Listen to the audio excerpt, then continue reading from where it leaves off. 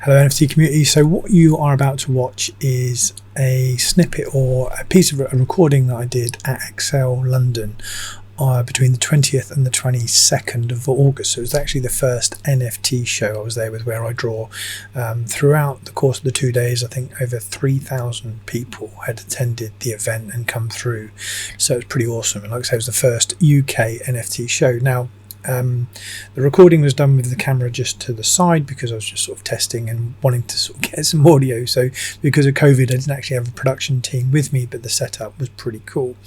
And it sort of cuts in when it does, because where I draw in all his amazingness, still had his microphone on whilst we were sort of talking, so I could actually hear him through the camera talking to Meg, who's an amazing artist in this space. So what you're going to listen to now, or maybe you might want to watch it, is it's about 40 minutes, and it is about what I was talking about on one of the days. Like I said, it was over 2 days. I interviewed a number of my friends in this space. We've got a big conference that's going to be happening in April in 2022.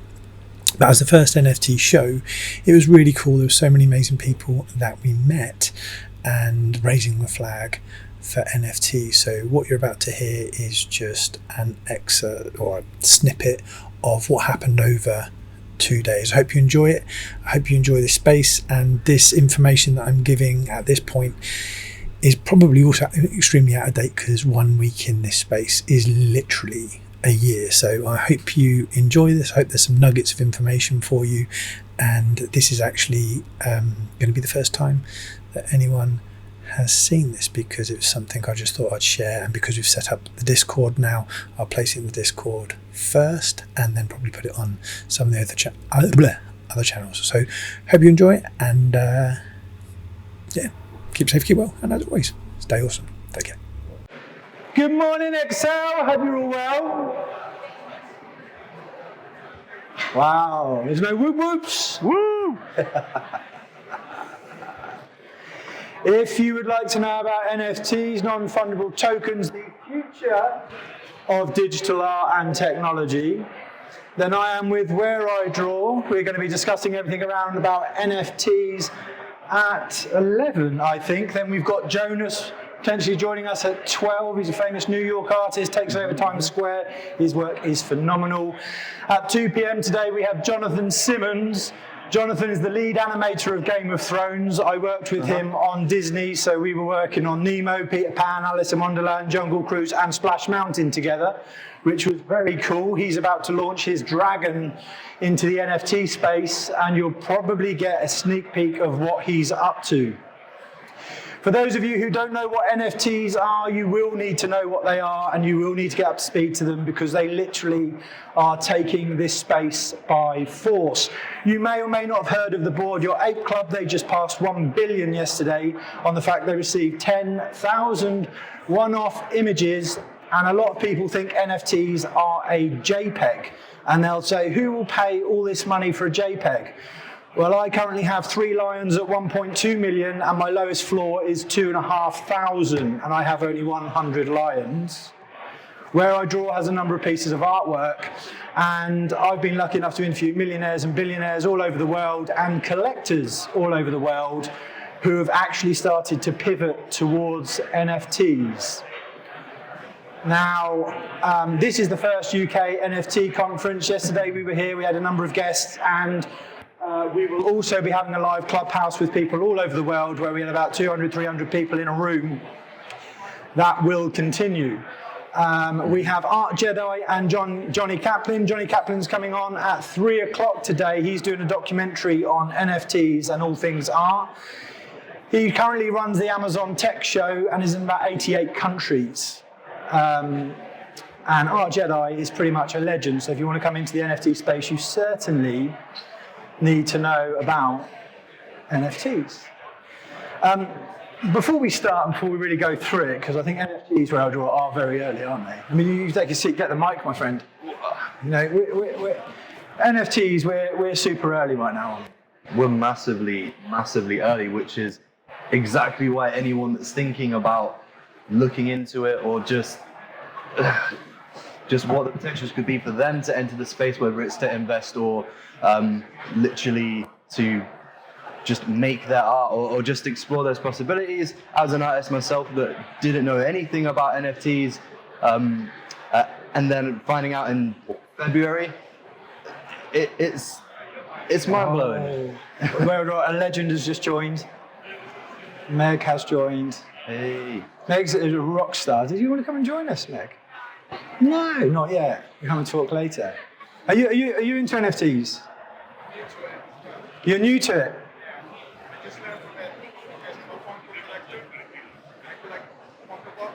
Right. Okay. So you're a collector or you're an artist or a collector? Right, well, I'll tell you what's really interesting. So I collect physical art, and I have for many years, but I'm also a creator and a collector. And the NFT space is so surreal that people are wanting the NFT over the physical because it proves the trace back to the artist as an original, and then the artist always gets 10% royalties forever on the blockchain. And then those who are collecting, so interestingly enough, we'll start the show in a second, but I'll just, hey, you're here, so hey, let's give you the information. What's happening, which is really interesting, is a lot of people, when they buy art or when they buy collectibles, they have a limited space, and they have a limited wall space. But in NFTs, I might repeat this if some more people come back. My words are being recorded. But it's the easiest way I explain it is that how Netflix has done for films and how Apple has done for music and Spotify, then NFTs is doing that for art right now. So it's digitizing it. I think so. And a lot of people sort of say, well, why would I buy an NFT or why would I buy a JPEG when I can just copy it off the internet and I can just look at it when I want? Which is really lucky. And then my question, or my answer to that question would be, of course, but you can rip a video, you can rip an audio track. So good. But when was the last time you copied a whole series of images from the internet and looked at it every day? Probably never. But when you when you own an NFT, there's a cool thing about owning it. And cryptocurrency is obviously bought on Ethereum and various other platforms. Yeah, right. I literally might still. I will give you. I don't know how long. Give you a great example. So for me, I came into the NFT space start of the year. NFTs, you may have seen the CryptoPunks. CryptoPunks have been going for like 2.2 million. And you'll see in the press, and you'll start seeing soon the board, your ape club, the floor for them now is 64,000 per ape, but about a month or two ago, it was like a couple of something for sure.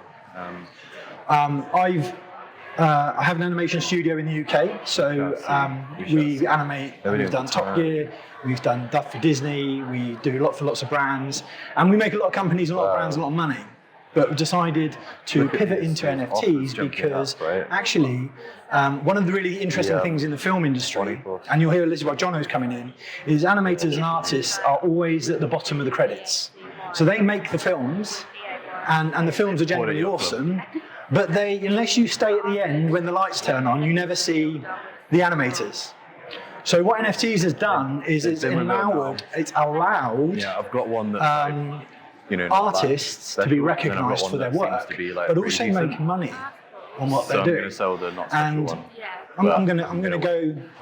I'll start going through some of these things now because for everyone who's not here is going to properly miss out. And I give you another example. There's an artist who was talking yesterday, and Meg is one of these legendary artists who will be talking later. Tom Box is like a modern day Picasso. I bought his first NFT and his second NFT, and he has a large body of work. Now, in the art space, you've got to make noise to be recognised. And in the world of everything, best known product beats best product. So what NFTs is doing, and the place to be for NFTs, believe it or not, is Twitter and Clubhouse. And it doesn't matter if you have 1 million followers or 500,000 followers on any other platform, because when you come into the NFT space, everybody's on Twitter or Clubhouse. So there's been lots of celebrities who've come into the NFT space, they've done like cash grabs, and they've said, hey, here's an NFT, and they put it out there, and they don't really come into the community, and it's sort of flopped, because you can gauge that it's a cash grab. And you'll hear a lot right now that everybody is early. And we are all early into this space, but you're only early if you take action and get involved. Now, the thing is with NFTs, like anything in crypto or in art, if you buy what you like, you're not really going to go wrong. But what is happening with the NFT space is, additional to the community, is a lot of the crypto investors who've made a lot of money on Ethereum or Bitcoin or anything like that, what they're doing is they're investing some of that into artwork because they're able to appreciate it and see it and have a look. So on this screen here, hopefully this won't scream at me if I go near it. On this screen here, this is a collection, my personal collection, of some of my NFTs that I own. Now, you can see some pretty cool pieces of art. Now, these are the board yacht apes. One of these now, like I said, is about 64,000 per one right now.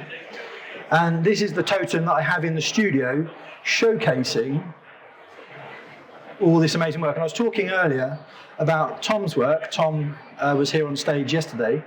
I'll just bring his one up. Here's Tom. This is one of Tom's pieces.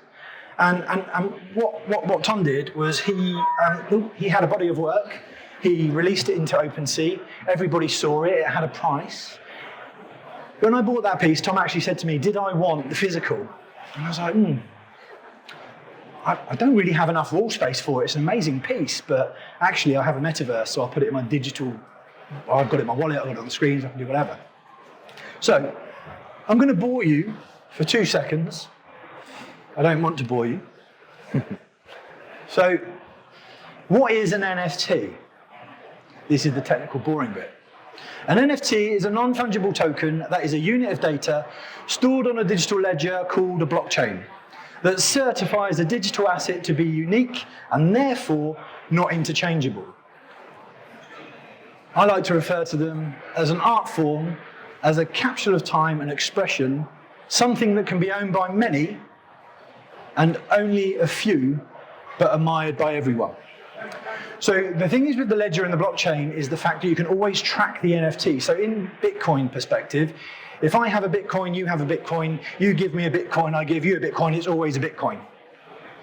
If I buy a piece of artwork, it's unique.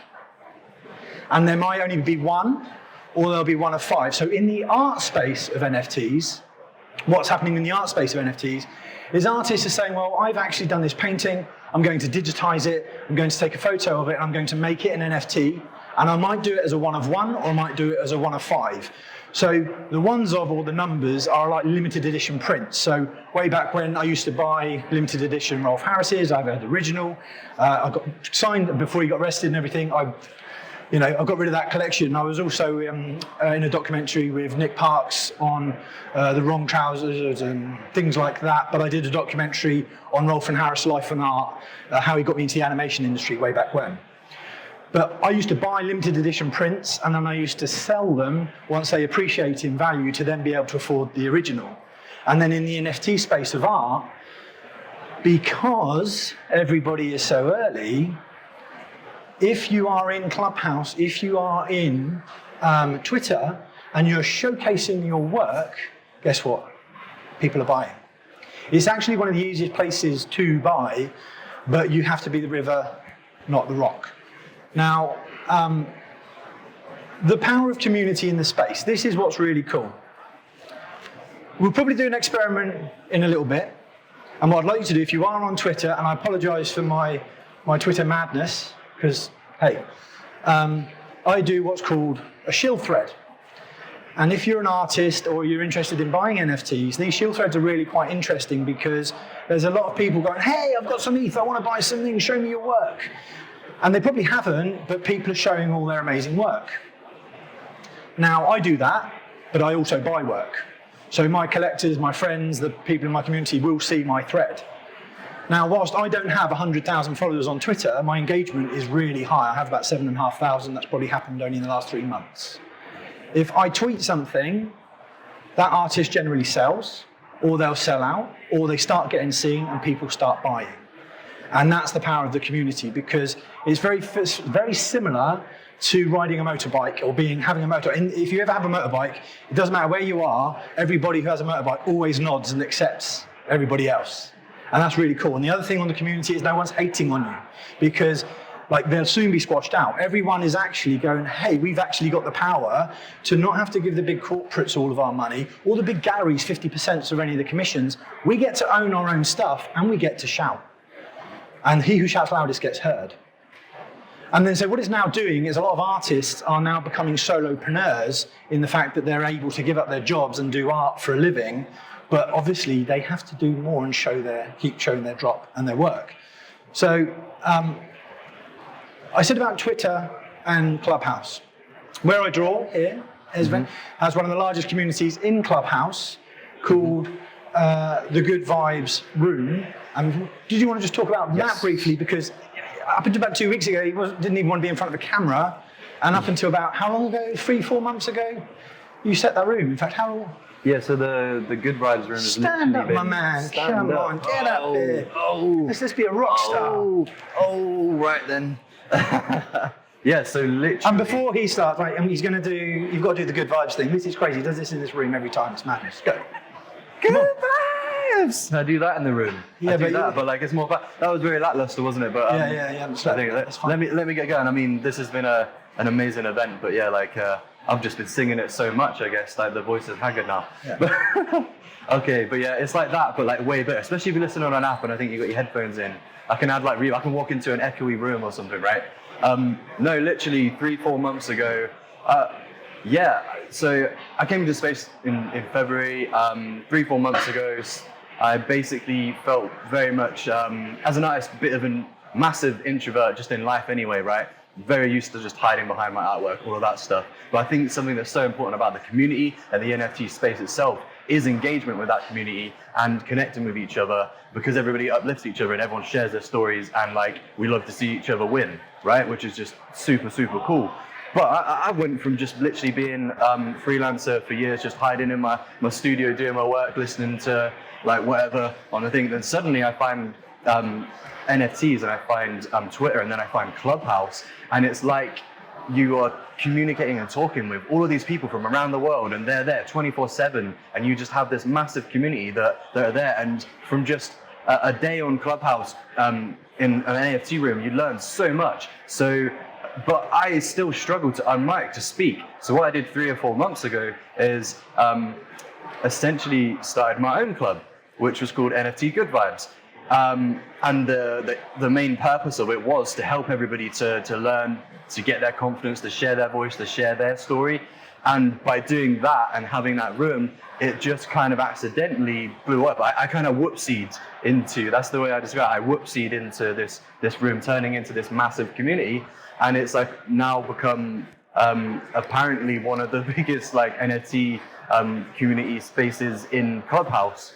And all I did was just show up and be myself, be my awkward kind of weird self, which is what I'm now doing here. I'm just standing here being a bit goofy, whatever, I don't mind. It's the greatest thing that has literally come out of myself going into the NFT space is having to share myself with the community, sharing that story.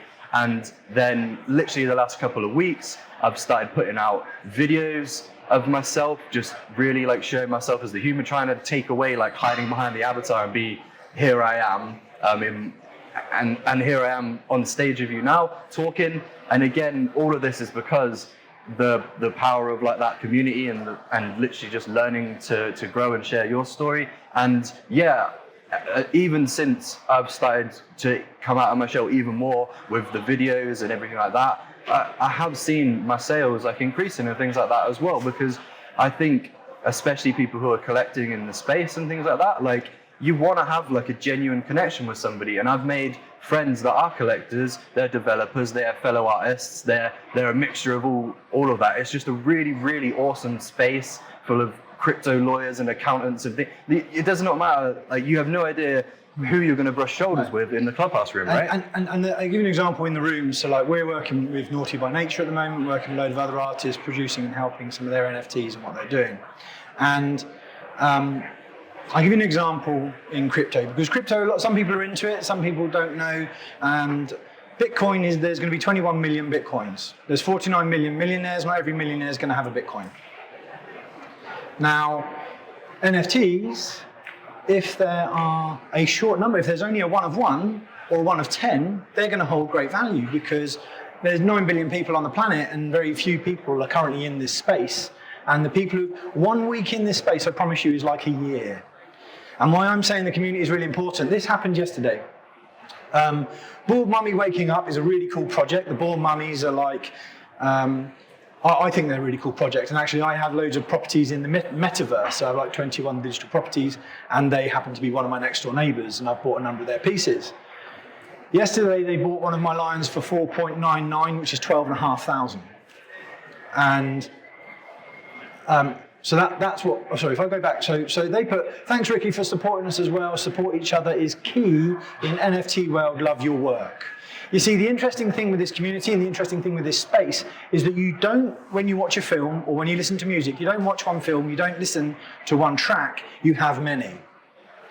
So the most powerful thing you can potentially do in life is grow your network. Your network is your net worth. One of my mentors is a guy called Grant Cardone. I spent a lot of money to go and see him. They have all these private jets and everything. Would you rather a billion friends or £1 billion? Now, interestingly enough, for me, I'll frame my story and you'll see why I have this urgency, is that my mission, not only have I had my media production company for so long, is to shine lights onto artists to raise their profile. But 4 years ago, I had cancer. And I kicked that ass, and I've got a boy who's 13, a little girl who's 11, and a boy who's 1. So my challenge is to have friends all over the planet, so my kids have friends all over the planet. And if I don't do that, I'm being selfish. So the community has enabled that because now the community, I promise you, is so phenomenal. Now, what happened yesterday, that lion sold for 12,170, and you could argue that's an animated image. What will happen for the lion owners is that they will get gifted pieces of land. When we run the big events next year, I'll probably give them access to their utility. So NFTs at the moment, a lot of people are seeing them as art, and then photography is coming in. But now imagine this, because this is happening. You want to sell a film to Netflix, and everybody who worked on that film, all those artists, are all listed into the blockchain. You sell that film to Netflix for 1 billion or 100 million, whatever the price is, and everybody will get paid from that ledger. If you're a photographer, you could license your work from there. But everybody's seeing the artwork at the moment because what NFTs are doing is it's content and functionality. It's the art and technology coming back together. So that's what it's doing. And to give you an example, I was selling these probably about a month, 2 months ago. There's only 100. There's always going to be a limited number. I came into the space because the punks were going for like 2.2 million. I was like, holy, how are these going for that money when we've done Disney and done all this stuff? Let's start creating some stuff. The floor is basically what the lowest value you can get a piece of art for. So when you come into this space, you do need to check the artist. You need to do the research. Because there's lots of copies and there's lots of scams that are happening with people replicating art like they would replicate art in the real world. So you need to check they've either been authenticated or you've gone onto their Twitter.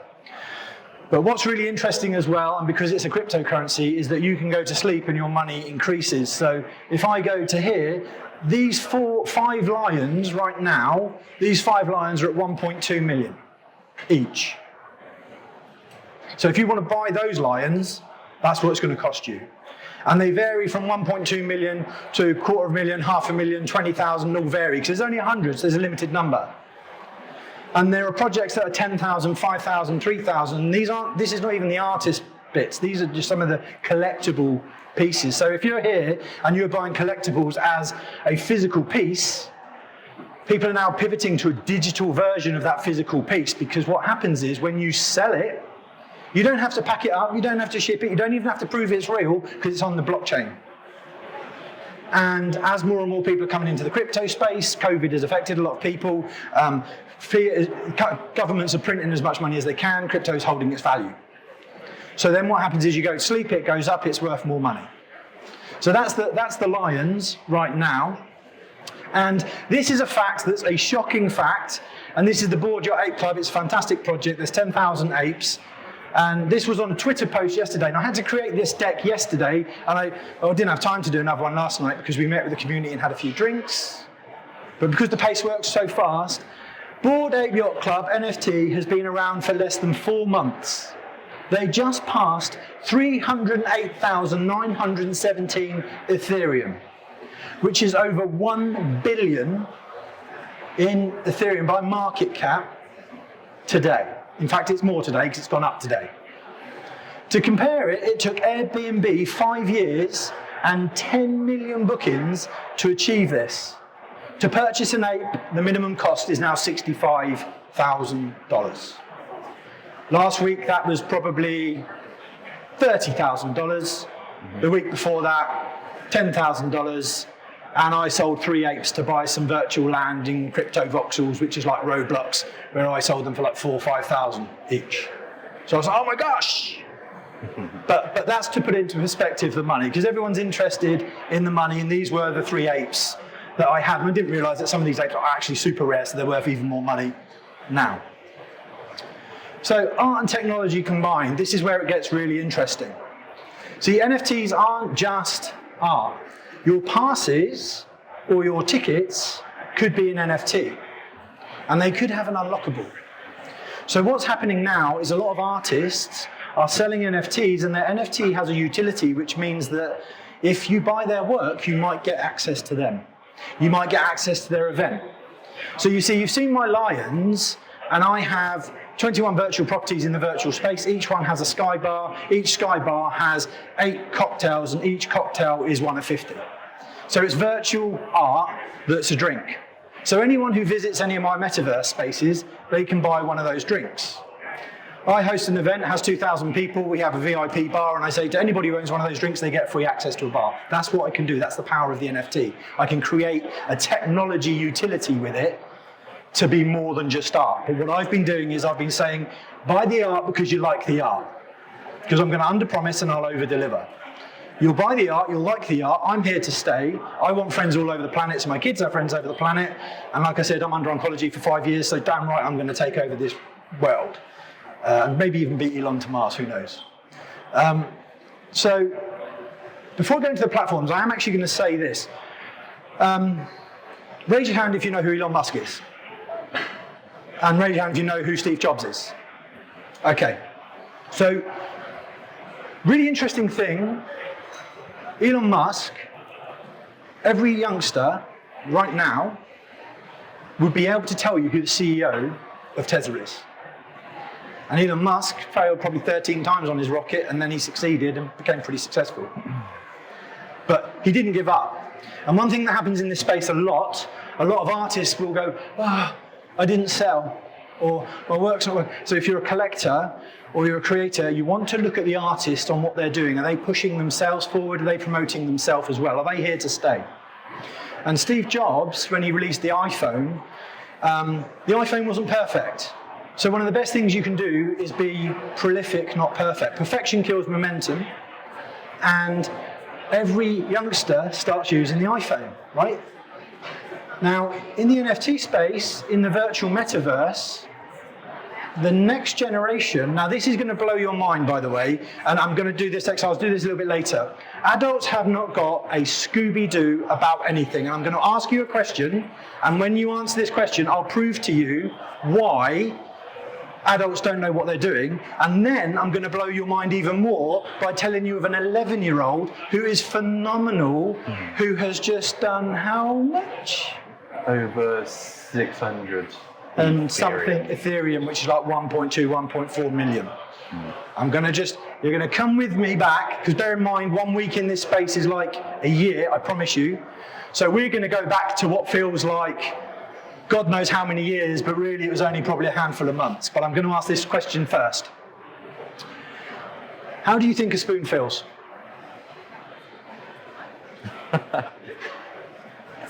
A spoon, yeah. Just anything. First thing comes into your head. Metal, okay? It feels like, okay. What? Functional. Up. Cold. Left out. Cold. What, sorry? Silver. Cold. Smooth. Yeah, you're all rubbish. So, if I ask a 4-year-old, how does a spoon feel, they'll say, sad. I go, oh, why does it feel sad? They go, well, because it was the last spoon to be taken from the drawer. See, the problem is with adults is that you've all forgotten how to dream because you've learned that a spoon is cold, that it's metal, that it's functional. You've learned all this crap. Whereas kids' minds and their innocence, their art is so pure, their imagination is phenomenal, and they haven't forgotten how to dream. So, I will give you an example. Obviously, being in the media film industry for a very long time, come into the NFT space, see all these artists doing stuff, and I always preach about just get in front of a camera and just talk. Doesn't matter. And a lot of artists will say, yeah, but I haven't sold my work. And I'll say, okay. Is anyone here an artist? You're an artist. Okay. So if I said to you, you have to sell your piece of work in 2 weeks' time or you're going to die. I guarantee you'll be knocking on the door. Hey, do you want to buy my artwork? Here I am. Look at me. Whoa! That's what you'll do. The kids, because they're growing up on YouTube, they're doing all the stuff that they're doing, they're going, hey guys, check out my work. Look, I've just done this and I've just done that. And they're producing these videos. And there's all these artists that are super famous, by the way, in the real world, but in the virtual world, no one knows who they are. And so the kids are on YouTube, they're pushing all these videos, and I've been saying in Clubhouse, hey everyone, you're all hiding behind these avatars. Everyone's got these avatars, no one knows who they are. People buy from people, so show who you are, because that will encourage the sales. And a lot of the guys are going, yeah. Nyla did it, the kids started doing it. I was lucky enough, I bought some of Nyla's early pieces. She released the long neckies. There's a 3,333 long neckies, something like that. Yeah, 3,300. Yeah. Every celebrity under the sun wants one right now. Their floor is about £600 or to 1 Ethereum. This is a 12-year-old. Yeah. And all of the kids in this space are properly crushing it. Mm. And so when you're looking at NFTs as well, or you're thinking about buying, that is interesting because in 5 years or 10 years, they're going to be like the rock stars, like proper rock stars in this space. And so what you'll see in the NFT space is you'll suddenly see all these kids and the parents bringing their kids into this space, and you'll think, well, hang on, but suddenly if a 12-year-old can do 1.2 million and then make friends all over the planet because they want to be part, that's a pretty cool future. And this is only just getting started. There are many platforms to mint, and you'll hear about minting, and I don't really understand. And I can assure you, so many people say, yeah, but why would you buy a JPEG? It doesn't make sense. No one buys a JPEG. If people are buying, then sell. If people want it, give them what they want. If you are selling a physical product or you're selling a print piece, you have to pack it, you have to ship it, you have to then prove it's real, you have to do a lot of effort, and the most valuable currency you personally have is time. So what's happening is a lot of artists are coming into this space, they're showcasing their work, companies and brands are coming into this space, showcasing their work, and again, I said earlier, you know, when a film is launched on Netflix or when a film is launched on iTunes, they're digital. So it doesn't cost them anything to send that out, but they make all this money. But the amazing thing, again, with the blockchain is it's a ledger.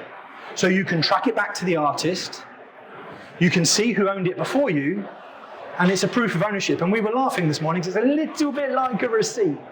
To prove you own it, you paid for a receipt. But it's the technology that comes behind it. And the amount of people. So the thing is, when you start collecting NFTs, it is important to buy what you like. Don't invest more than you can afford to lose. But the reality of it is that 20% of your portfolio that's the portfolio that's going to make it. And 80%, because a lot of people in this space give up too soon. See, winners never quit, and quitters never win. And when you buy and you look at collectibles and you start hoarding it, the most dangerous thing with NFTs is you get addicted to it. You're like, oh, I want a new shiny thing. And you buy another NFT and you buy another NFT. And people are taking photos and then someone's going, what? Why would you pay that money for that photo? Okay, how many artists in the world have made millions and millions and millions purely because they've just been known? And like I say, the punks, there was 10,000 punks. Now they're like 2.2 million. And that's a year ago. Board Your Apes was like a couple hundred quid, if that. Like and I'd say also that is why this space moves so fast. I took that weekend out, I stepped away and I came back and there were these apes everywhere. Biggest regret. not buying one of those apes. Yeah. And what's really cool with the community is you can see what other people are doing. You can see who the movers and shakers are in it, because it's not a massive community right now. I mean, it is a big community, but not when you compare it to the rest of the world who aren't in this space. So there's platforms that you can mint on, like OpenSea, Rarible, Known Origin, Foundation.app, and a number of others, and there's a bit of a race. But this is where you buy the digital artwork. So what you're doing is you're buying this digital piece, and I think that's my next one here, because we can share a platform. How NFTs are shaping the future. So what's been interesting in Clubhouse, and what COVID has done and why Clubhouse has been really good, is that people I would have spent hundreds of thousands of pounds, and I have, to be with them, to ask them how they became billionaires, how they did what they do, and how do you get a private jet? Because as I said, 4 years ago in December I had cancer, and I went, holy shit, I'm now going to have to start sorting stuff out so that my kids actually have a proper future here. So I started interviewing all these successful people, and they just got stuff done.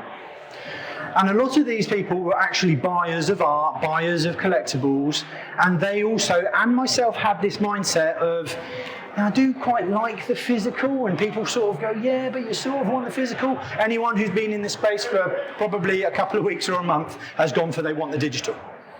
Because the digital has a higher value.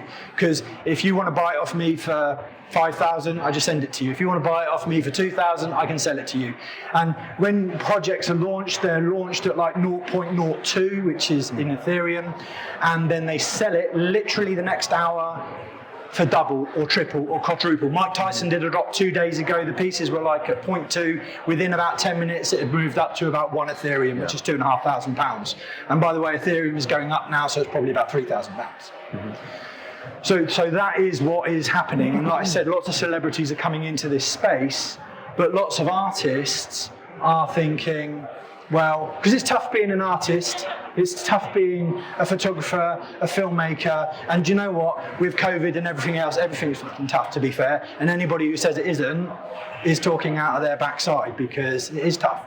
But also, I think another cool thing about that is when we say there's a secondary market, but also for the artists, you are still getting a piece of every secondary sale that's happening. Oh yes. So this morning, I woke up, didn't have much sleep. I woke up to 1.4 Ethereum, which is about $3,500 in secondary sales, which was 10% on the sales of the Lions from the last month. So I've only had 100 Lions, by the way. I'm going to be dropping Jungle Friends, I'm going to be dropping loads of other things, but I only had 100 Lions. So if you have a body of work and you have a load of collectibles and you're starting to put that out and people see that, then imagine what you're doing. Like the mummies that launched, they released like 10,000 pieces. Their product is amazing, and they've done like 360 ETH, which is now well over 500,000 in a week. Because everyone's going, that's really cool. Hey, crypto's the new cool kid in town. NFT's the new cool kid in town. What is an NFT?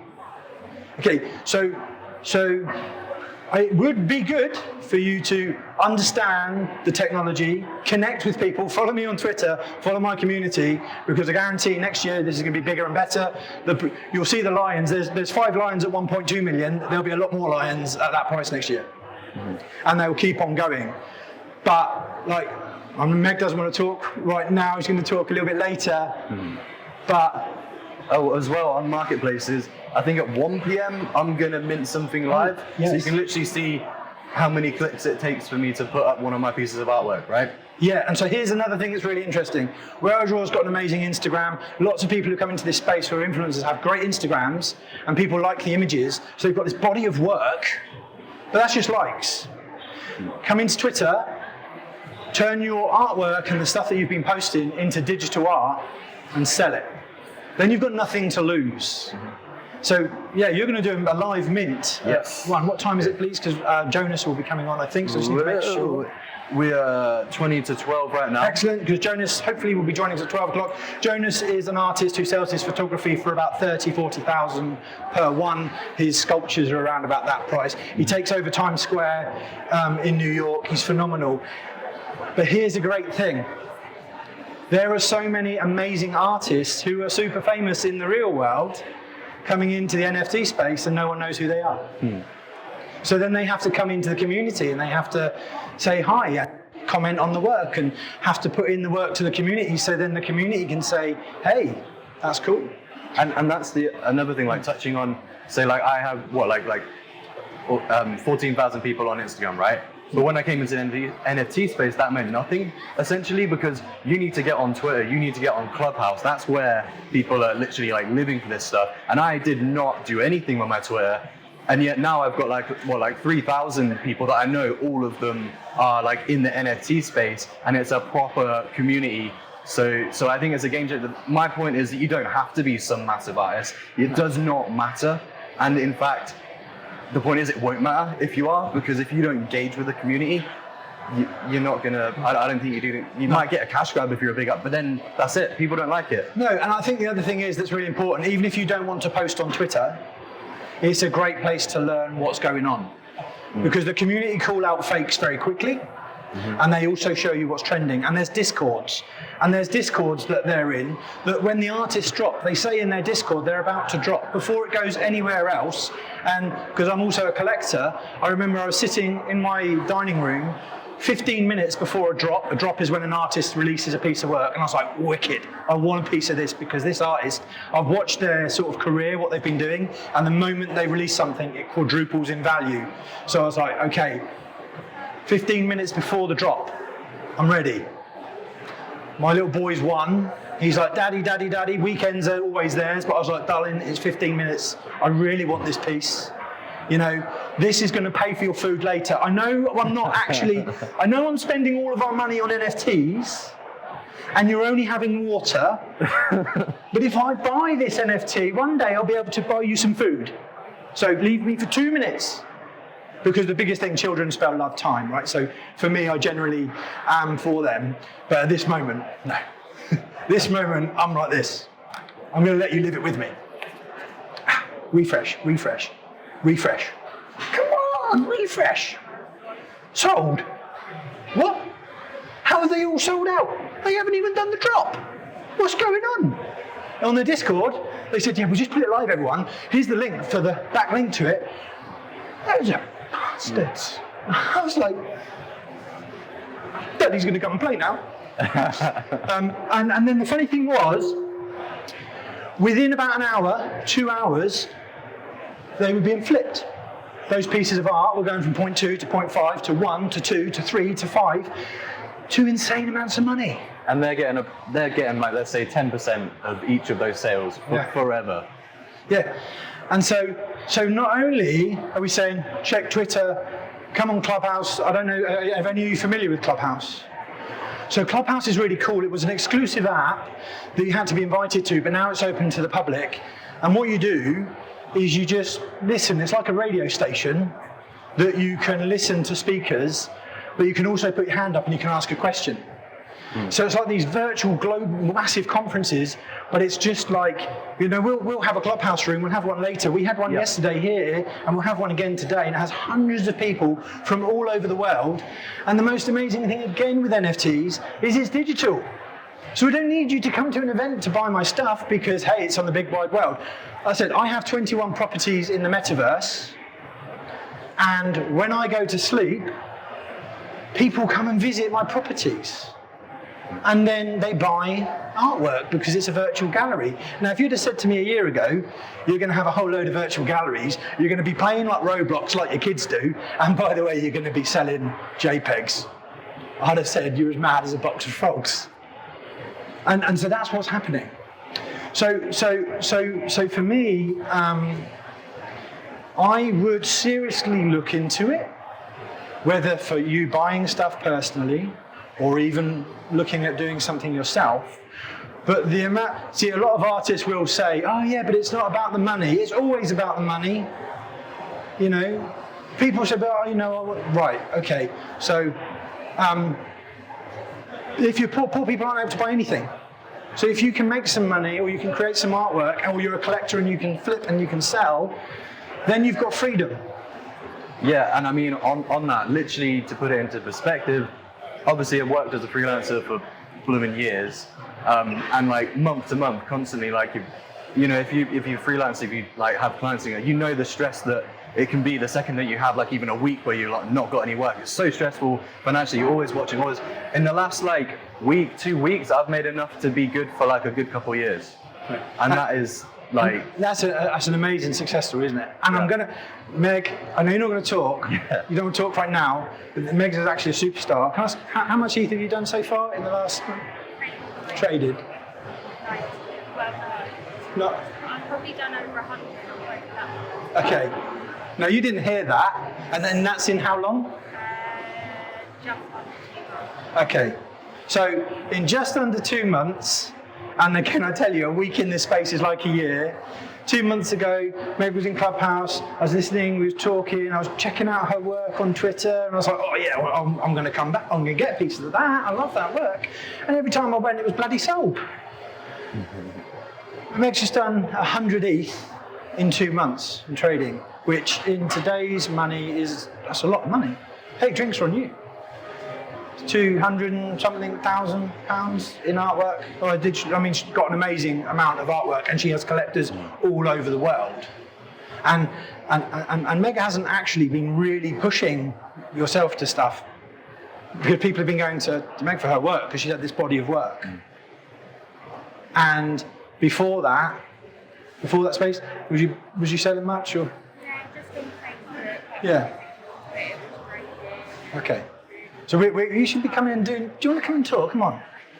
Well, we're going to get you later. But these success stories they are real. Like lots of people see, and this is the other problem with success. People always look at the top of the pyramid. They don't see the blood, the sweat, the tears, and everything that come about. But right now, this space, if you look at a project, a collectible project or a piece of artwork, and you like it, those pieces will go up in value. Because they're digital, and because they're crypto and they're based on the blockchain, of course they can go down, but the reality is if you're going to hold it, and you're going to hold it for a period of time anyway, that you don't need to flip it, then it's going to go up. Like about two years ago, Ethereum was like $1 or whatever, and Bitcoin was whatever, and now Ethereum is at 3,000, and probably by the end of next year might be 20,000. So not only are you having an asset in art, in crypto, it's an appreciating asset, because if you've done your due diligence and the artist is successful, or the company or the project is successful, and you believe in them, then it's only going to go to the moon. A piece of work that I wanted that dropped, and I looked at it, I thought, oh, this is really cool. I went to bed last night, I thought, I might buy it. This morning I woke up, it was like double the price. And that's because more and more people are coming into the space, and on a planet that has 9 billion people, suddenly 1,000 pieces, 200 pieces is not a lot. And then if you're making noise and you're going on stages, I've had so many companies that have come to me and said, we're thinking of putting our platform, our games, our toys, our characters into the blockchain. What do we need to do? So again, this is like the technology tsunami, like Netflix. Blockbusters died. They should never have died, because they should have been the next Netflix. Artists in this space, in the collectible space, art generally, technology, the fusion. If you have anything in this space and you want to invest, then you seriously need to come into this space, because it is a proper revolution, and it is, I promise you, it's like nothing I've ever seen, because in a week is generally a year, and there are lots of different success stories. You can just say some other success stories. Hey? What are other success stories we have? Or where do we see the future? Look at Sevi. I mean, Sevi, yeah. Sevi's an amazing example, right? Literally. My phone. Can you hear me? Yeah, we can now. Okay. Yeah, so Sevi is, I believe he's 9 years old. Yep. He's a young boy from the Philippines, and he was actually diagnosed with autism. And so his parents, to really, really support him. They took him to, they took him to loads of things. And one of the things was art therapy. And it turned out that he is insanely good at art. So I hope you found that useful, or you enjoyed that recording. It stopped there because I actually went over to stop the recording. So I was doing a test, and because I didn't have a production team, I wasn't able to record the whole event. But next year in 2022, we'll do a live stream in the metaverse of the conference. So anyone who isn't able to join us can log in remotely from wherever you are in the world. So keep safe, keep well, stay awesome, and thank you for listening to my ramblings. Take care.